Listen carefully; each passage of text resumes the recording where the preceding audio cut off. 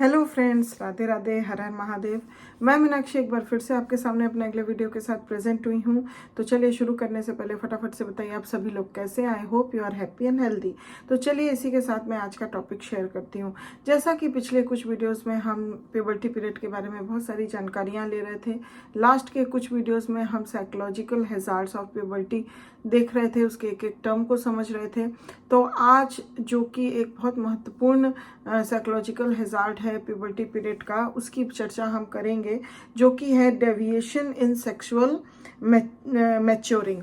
तो sexual maturing में बच्चों का जो भी डेविएशंस देखा जाता है वो बच्चों के लिए एक साइकोलॉजिकल हैजार्ड बन के, कठिनाई बन के कैसे सामने आता है, आज इस पर थोड़ा हम फोकस डालेंगे। तो it will be going to very informative and helpful, so please be in the session till the end to get the whole information.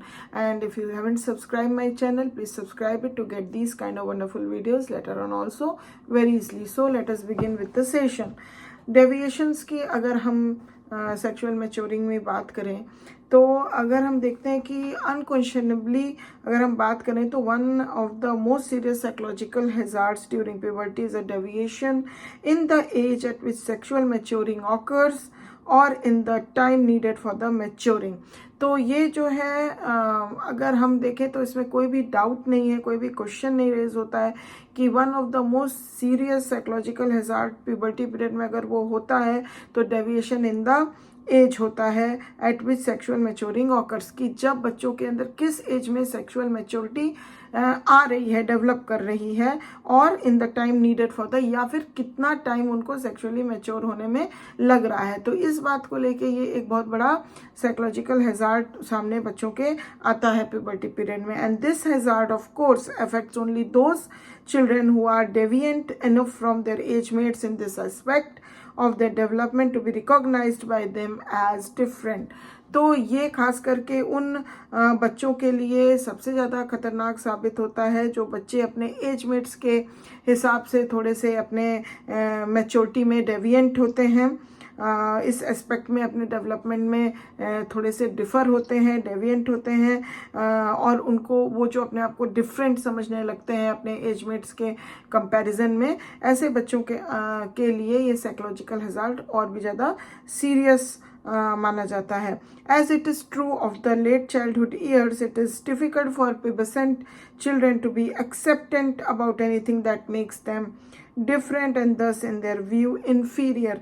तो ये लेट चाइल्डहुड ईयर्स में भी बहुत माना गया है कि ये आगे चल के प्यूबसेंट चिल्ड्रन के अंदर ये डिफ़िकल्टी आ जाती है कि वो अपने आप को मतलब एक्सेप्ट नहीं कर पाते हैं, या फिर मतलब उस तरीके से वो नहीं कर पाते हैं जब वो अपने आप को दूसरों के मुकाबले बहुत ही डिफरेंट फील करते हैं, डेविएंट फील करते हैं, तो they can't accept them self.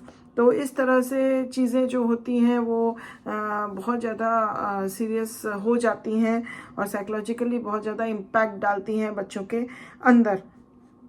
Deviations in sexual maturing, सबसे बड़ी अगर हम बात देखें तो सेक्सुअल मैच्योरिंग में डेविएशंस की अगर बात करें तो regardless of what form they take, किस तरह का फॉर्म वो ले रहे हैं, are a potential psychological hazard.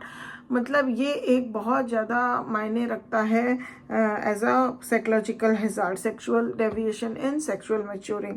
Children who deviate from their age mates in sexual maturing feel that there is something wrong with them.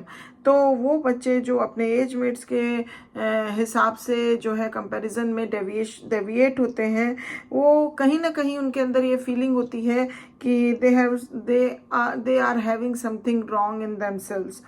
They are concerned about their normalcy and about their future normalcy. वो अपने normalcy को लेके, normal condition को लेके थोड़े से हम कह सकते हैं बहुत ज़्यादा कंसर्न होते हैं, और यहाँ तक कि अपने फ्यूचर नॉर्मलसी को भी लेके काफ़ी कंसर्न रहते हैं।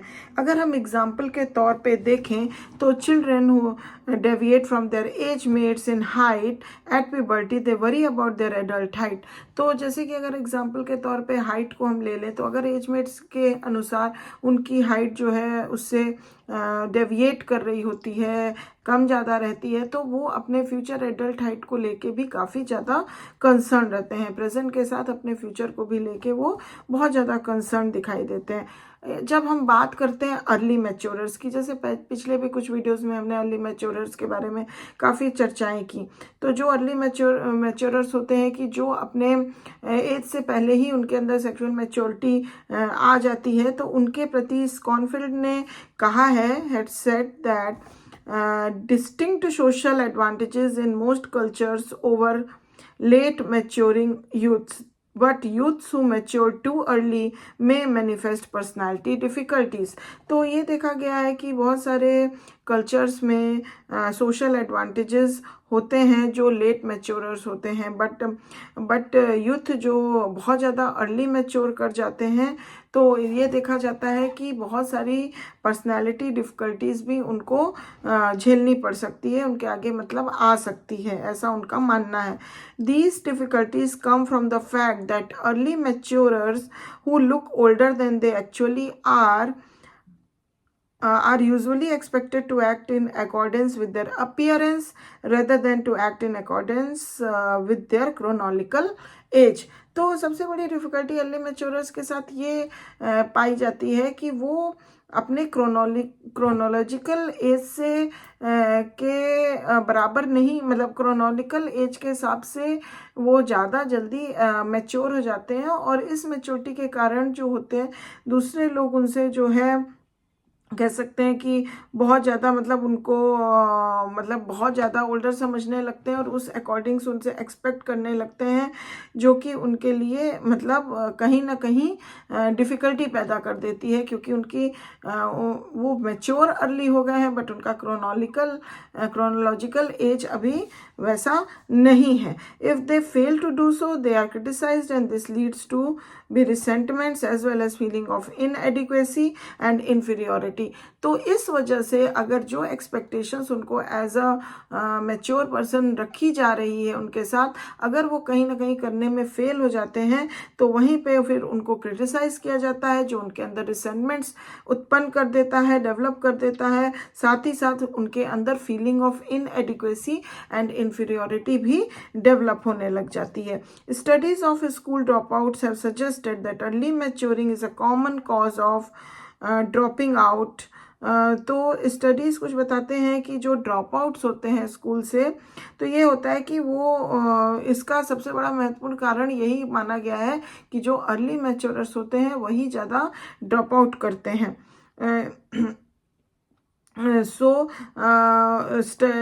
तो ये स्कूल की स्टडीज़ ने बताया, और इसके पीछे रीज़न ये बताया है कि that teachers like parents tend to expect more of early maturers than they are capable of, and as a result early maturers often see school as hostile and rejecting. तो जैसे कि पेरेंट्स बहुत ज़्यादा expect कर लेते हैं, school में teachers भी ऐसे बच्चों से, अर्ली मैच्योरर से बहुत ज़्यादा एक्सपेक्टेशन कर लेते हैं, जो कि अगर बच्चे नहीं फुलफिल कर पाते हैं तो फिर मतलब उस तरीके से फिर उनका जो है वहाँ पे उनको डिफ़िकल्टी का सामना करना पड़ सकता है.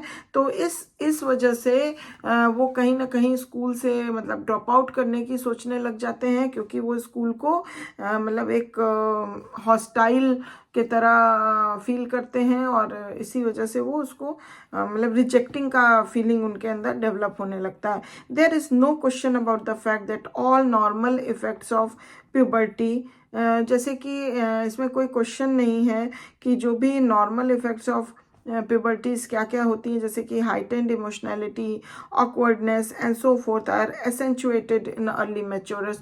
तो ये सारी चीज़ें जो होती हैं वो अर्ली मैच्योरर्स के अंदर काफ़ी भरी हुई रहती हैं. वो जो अर्ली मैच्योरर्स होते हैं वो हाइटेंड इमोशनैलिटी उनके अंदर बहुत ज़्यादा होती है, they feel sometimes awkward, and इस तरह की चीज़ें वो उनके अंदर बहुत ज़्यादा दिखाई पड़ती हैं, और यही सब चीज़ें इंटेंसिफाई करती हैं उनकी फीलिंग ऑफ इन्फीरियरिटी को, क्योंकि already they think of themselves somehow different. तो इस वजह से, और इस तरह के एक्सपेक्टेशंस, इस तरह के प्रेशर्स जो कि वो कैपेबल ऑफ नहीं है, उनके अंदर वैसे ही इन्फीरियरिटी डेवलप होती है. और ये सारी चीज़ें, हाइटेंड इमोशनैलिटी, ऑकवर्डनेस, ये सारी चीज़ें वो फीलिंग को और भी ज़्यादा इंटेंसिफाई बढ़ा देती है.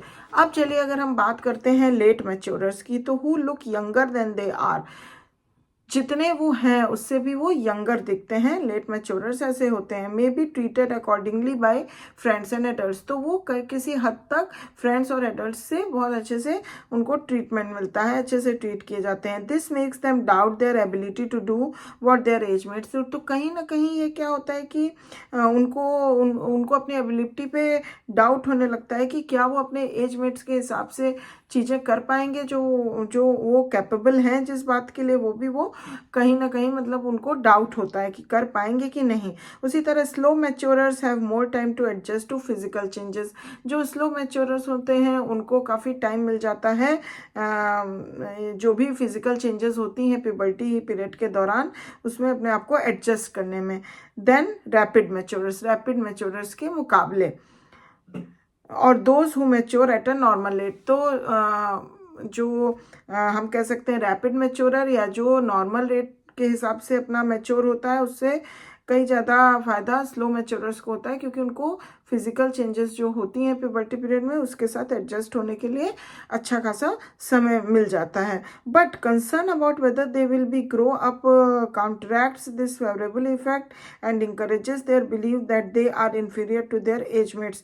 बट यहाँ पे क्या होता है, साथ ही साथ कंसर्न भी होता है कि whether they will be grow up counteracts, मतलब क्या वो ग्रोन अप कर सकेंगे जितना उनको होना चाहिए एज कम्पेयर टू देयर एजमेट्स, और ये चीज़ उनके इस बिलीफ सिस्टम को और भी ज़्यादा, ये सोचना जो होता है वो उनके इन्फीरियोरिटी को और भी ज़्यादा हम कह सकते हैं इस बिलीव उस पे और वो बिलीव करते चले जाते हैं, और उनका मजबूत बिलीफ हो जाता है इस बात पे। अब अगर हम बात करें कि serious as the immediate effects of deviant sexual maturing are to children's personal and social adjustments. तो अगर हम सीरियस इमीडिएट इफेक्ट देखें तो वो सेक्सुअल मैच्योरिंग जो होती है वो बच्चों के सोशल और पर्सनल एडजस्टमेंट्स पे काफ़ी इफेक्ट डालती हैं, but the long term effects are even more serious. तो इमीडिएट इफेक्ट्स तो डालती हैं उनके सोशल और पर्सनल एडजस्टमेंट पर अगर इन चीज़ों का लॉन्ग टर्म इफेक्ट्स होता है तो वो बहुत ही ज़्यादा सीरियस साबित होता है। Studies have documented that these long term effects on behaviour are more dangerous and कुछ उसमें से हम लॉन्ग टर्म इफेक्ट किस प्रकार के पड़ते हैं वो अभी हम आपको बताएंगे। Some it is true may develop into habitual daydreamers। कुछ बच्चे इसमें से जो है वो daydreamers हो जाते हैं अगर उनका लॉन्ग टर्म इफेक्ट पड़ता है तो। Some may develop a hypercritical, वो कुछ बच्चे अपने आप के लिए hypercritical हो बन जाते हैं। Frictional attitudes towards other, उनकी बहुत सारी एटीट्यूड फ्रिक्शनल हो जाती है दूसरों के प्रति। And some may develop into restless people, और कुछ बहुत ही रेस्टलेस पर्सन के रूप में डेवलप हो जाते हैं। वो finds it difficult to concentrate on any task, जिनको कि किसी एक टास्क में कंसंट्रेट करने में बहुत ज़्यादा डिफिकल्टी का सामना करना पड़ सकता है। तो इस तरह से ये जो है सीरियस लॉन्ग टर्म इफेक्ट्स पड़ता है बच्चों के अंदर। But if their desire for social acceptance is strong enough and if they are able to achieve a reasonable amount of social acceptance, but अगर उनके अंदर ये डिज़ायर है, बहुत ज़्यादा स्ट्रॉन्ग डिज़ायर है कि हमको सोशल एक्सेप्टेंस चाहिए, और साथ ही साथ अगर reasonable amount of social acceptance उनको मिल रही है साथ ही साथ, तो they will be sufficiently motivated to break this habits and replace them with more socially acceptable patterns of behaviour. तो बहुत ज़्यादा फिर इन चीज़ों से वो बच्चे जो हैं मोटिवेट होते हैं, और वो फिर अपने इस गंदे हैबिट्स को या जो भी लॉन्ग टर्म इफेक्ट्स हैबिट्स जो डेवलप हुई रहती हैं उसको ब्रेक कर पाते हैं, और बहुत ही ज़्यादा socially acceptable patterns of behaviour को वो लर्न कर पाते हैं और शो करते हैं। Not all those who deviate from the norm, the early and late maturers are damaged permanently by this। सभी की बात हम नहीं करेंगे, पर जो नॉर्म से डेविएट करते हैं वो सभी की बात हम नहीं कर रहे हैं, बट अर्ली और लेट मैच्योरर्स की अगर बात करें तो उनका डैमेज जो है वो परमानेंटली हो सकता है during puberty period. Some in fact benefit not only during puberty but in later years as well, और कुछ इन चीज़ों से बहुत ज़्यादा बेनिफिट भी उठा लेते हैं, सिर्फ प्यूबर्टी ही पीरियड में नहीं, उसके बाद भी अगर हम देखें तो। Although studies of the long term effects on behavior have so far been limited to boys, और साथ ही साथ ये देखा गया है कि जो लॉन्ग टर्म इफेक्ट पड़ता है वो लड़कों पे ज़्यादा ही पाया गया है कि ज़्यादा ही अफेक्ट पड़ता है। Early maturing boys normally become socially active and popular.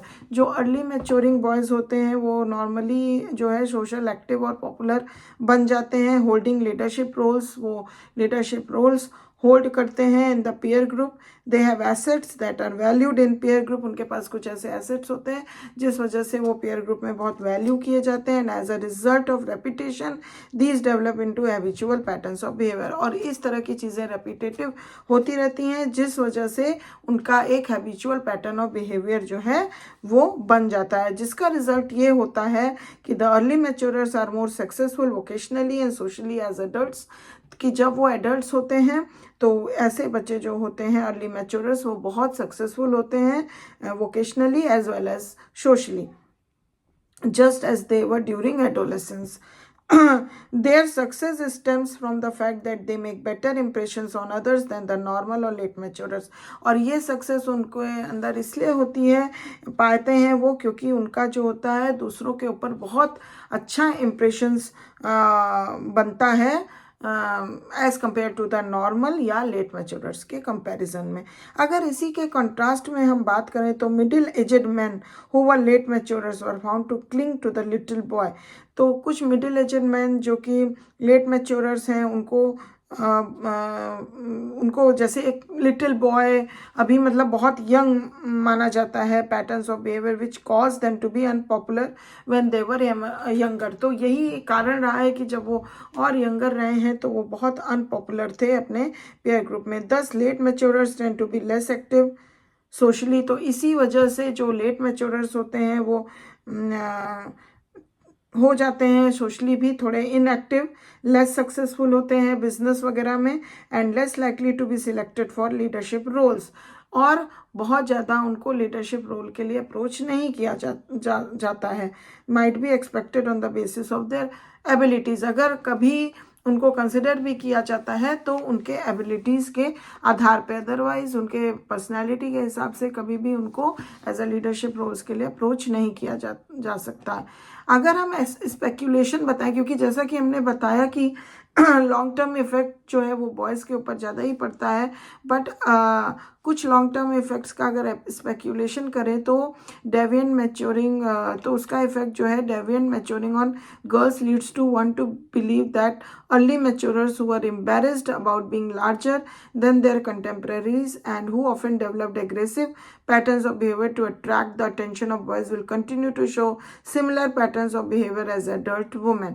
तो इस तरह से पाया जाता है कि जो डेविएंट मैच्योरिंग और गर्ल्स होती हैं वो ये बिलीव करती हैं कि जो अर्ली मैच्योरर्स होते हैं वो एम्बेरेस्ड होते हैं अबाउट बीइंग, मतलब वो मतलब बहुत उनके अंदर मैच्योरिटी जल्दी आ जाती है या वो सेक्सुअली मैच्योर दिखते हैं, तो वो कहीं ना कहीं एम्बेरेस्ड होते हैं इस बात से, और उनके अंदर एक उस वजह से एक एग्रेसिव पैटर्न्स ऑफ बिहेवियर उन गर्ल्स में आ जाता है to attract the attention of boys, जिससे वो बॉयज़ का अटेंशन अट्रैक्ट कर पाएँ, and will continue to show the similar patterns of behaviour as adult women. तो जब वो एडल्ट वुमेन के रूप में डेवलप हो जाती हैं तो उसके बाद भी उनका ये सिमिलर पैटर्न जो है वो दिखता है।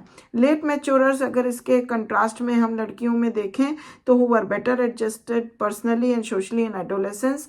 तो वो पर्सनली और सोशली एडोलेसेंट स्टेज में काफ़ी अच्छे से एडजस्ट हो जाती हैं, are likely to continue to be so during adulthood. और उसी प्रकार से वो अपने एडल्टहुड में भी काफ़ी एडजस्टेबल रहती हैं, unless condition unrelated to sexual maturing interfere with their patterns. जब तक कि सेक्सुअली अगर उनका मैच्योरिंग कुछ मैच्योरिटी लेके, सेक्सुअल मैच्योरिटी लेके किसी तरह का इंटरफेरेंस उनकी लाइफ में ना आए तो उनका जो है काफ़ी अच्छा पैटर्न ऑफ बिहेवियर एडल्टहुड में भी बना रहता है। तो इस प्रकार से लड़कियां जो अर्ली मैच्योरर्स और लेट मैच्योरर्स, उनका ये डेविएशन जो होता है उस प्रकार से हम उनको समझ सकते हैं। तो I think this will be the good information about all that deviations of sexual maturing in the boys and the girls and the pubescent children.